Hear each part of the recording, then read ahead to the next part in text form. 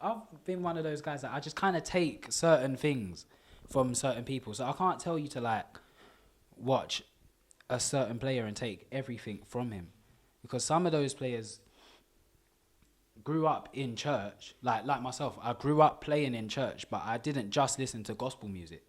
So like when you hear like Thomas Pridgeon, who's like one of my all-time favorite drummers, he grew up in church, but you can tell that he didn't just listen to gospel. But I mean, in terms of gospel drummers, Aaron Spears, Gerald Hayward, but these are like the guys that Calvin Rogers that did the church gigs as well. Do you know what I mean?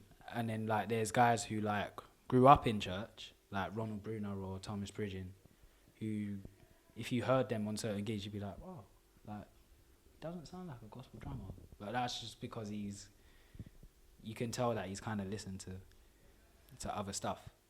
So, but the gospel drummers, I mean, Calvin Rogers, he plays for Fred Hammond and like all the gospel heavyweights.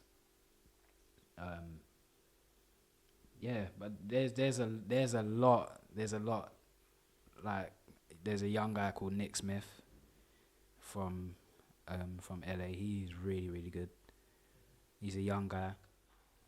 There's a lot of guys that say, oh, who should I listen to? And I'm like, all right, you can listen to this guy, but then if you just listen to this guy, you're only going to be able to do that.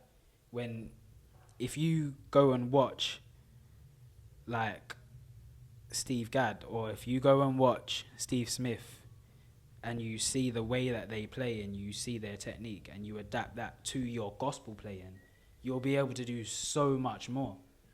If you know like a lot of gospel drummers, because it's like a lot of gospel drummers, because they're natural, they don't have to be taught certain things, which is a good thing, and it can be a negative.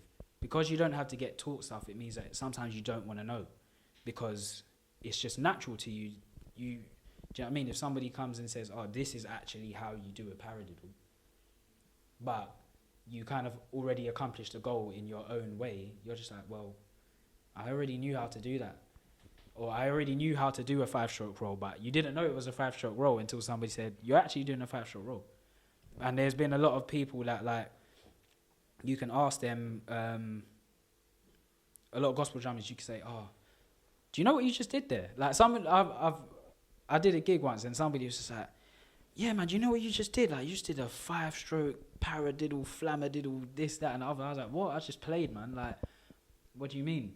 And then guy was like, no, this is actually what you just did. And then he showed me what I did, and he noted it.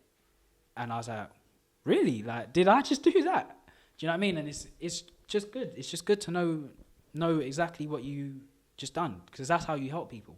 Do you know what I mean? So it's like, there's a lot of younger guys who are really, really good, but the best advice that I could give them is to open their mind.